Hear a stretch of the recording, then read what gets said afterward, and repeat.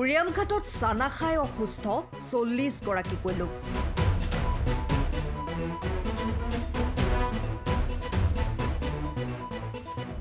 চানাৱালা দেখিলেই আপোনাৰো যদি চানা খোৱাৰ অভ্যাস আছে তেনেহলে এতিয়াৰে পৰা সাৱধান হওক। চিলনীজান সোণাৰী সাপ্তাহিক বজাৰৰ ঘটনা এয়া। চানাৱালাৰ চানা খাই 40 জনৰো অধিক লোক অসুস্থ হৈ পৰে। অসম নাগালেণ্ড সীমান্তৰ উৰিয়ামঘাটৰ চিলনীজানৰ সোণাৰী সাপ্তাহিক বজাৰৰ এখন চানা দোকানৰ পৰা চানা খোৱা লোকসকলৰ হঠাৎ বমি, পেটৰ বিষ, মূৰৰ বিষ আদি সমস্যাত ভুগিবলৈ লয়। জেঠিমা গৈছিল, এইটো কিবা চানা আনিছে বজাৰৰ পৰা। চানা আনি পেলাই ল'ৰা পোৱালীকেইটা খাইছে। খোৱাৰ সময়ত আৰু বমি, পেট বিষ, বুখাৰ এইটো ওলাইছে। পিছত বেজ আনিছে, আনি পেলাই আৰু এইটো জাৰা ফুৰা কৰিছোঁ, ভাল হোৱা নাই। পিছত ডাক্তৰৰ ঘৰত গৈছোঁ, গৈ পেলাই আৰু টেবলেট আনি খুৱাইছোঁ, ভালেই হোৱা নাই। পানী খালেও বমি কৰি দিয়ে, একো খাব নোৱাৰে। পিছত এতিয়া হস্পিটেলত আনিছোঁ। এইটো চানা খোৱাৰ পিছতে হৈছে। গোটেই মানুহ যোন মানুহ এইটো চানাটো খাইছে চব মানুহকেইটা এইটো বেমাৰ পাইছে। এইটো সোণাৰী বজাৰ খাই পেলাই মানুহকেইটা চব এনেকুৱাই হৈ গ'ল, বেমাৰটো পাই গ'ল।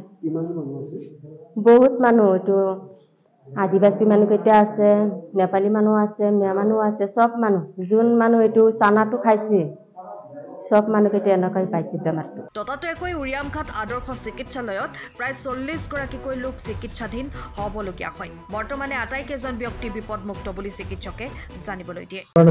আগবেলা প্ৰায় 10টামান বজাত একেলগে 5জন ৰোগী লৈ আহিছে। বোলে কৈছে কি মানে ডায়েৰিয়া ডিচেণ্ট্ৰি ৰকম হৈছে বোলে।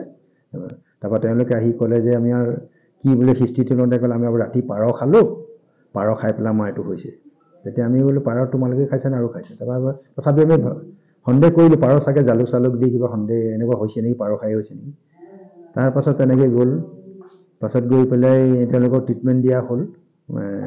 সেই অনুযায়ী সেইমতে তেওঁলোকে অলপ ভালো পালে, এজন ভাল পোৱা নাছিলে, এজন আছিলে। আৰু বাকী ঠিক 2টা বজাৰ পাছত আকৌ পুনৰ একে চিমটম লৈ আপোনাৰ তামোল ফেক্টৰী তামোল চুপাৰী ফেক্টৰী সেইটো ফালৰ পৰা আহিলে। আহি তেওঁলোকে তামোল খাই হৈছে বুলি ক'লে। খুব তামোল খালোঁ বোলে, ভাত খাই দিলোঁ, কিন্তু তেতিয়াও ধৰা পোৱা নাছিলে আমি।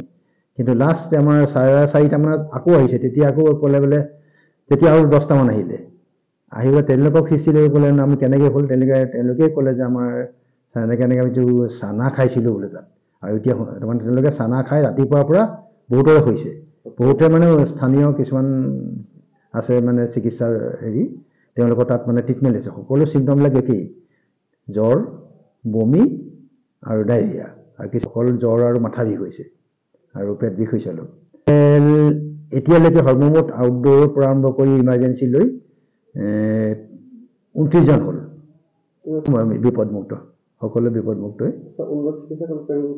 উন্নত চিকিৎসাৰ বাবে মানে কিছুমানৰ অন ৰিকুৱেষ্টত তেওঁলোকে ভাবিছে মানে ইয়াতকৈ আমি বাহিৰলৈ যাওঁ নেকি বুলি। অন ৰিকুৱেষ্টত তেওঁলোকে সৰু পথাৰ চিভিললৈ নহ'লে গোলাঘাট চিভিললৈ যাম বুলি তেওঁলোক 2জন গুচি গ'ল এনেকৈ। আৰু সকলোৰে মানে আৰোগ্য হোৱাটো আমি কামনা কৰিছোঁ, আমিও চেষ্টা কৰিছোঁ। বমি, পায়খানা, জ্বৰ কালি 4টা সময় ৰাতিপুৱা, আজি ৰাতিপুৱা চানা খোৱাৰ কাৰণে। সেইটো মঙ্গলবাৰ বজাৰ 10 টকা লৈছিলোঁ। 2জনৰে। ব্যুৰো ৰিপৰ্ট, টাইম অফ আছা। সময়ৰ খবৰ সময়ত পাবলৈ ফলো কৰক টাইম অফ আছা।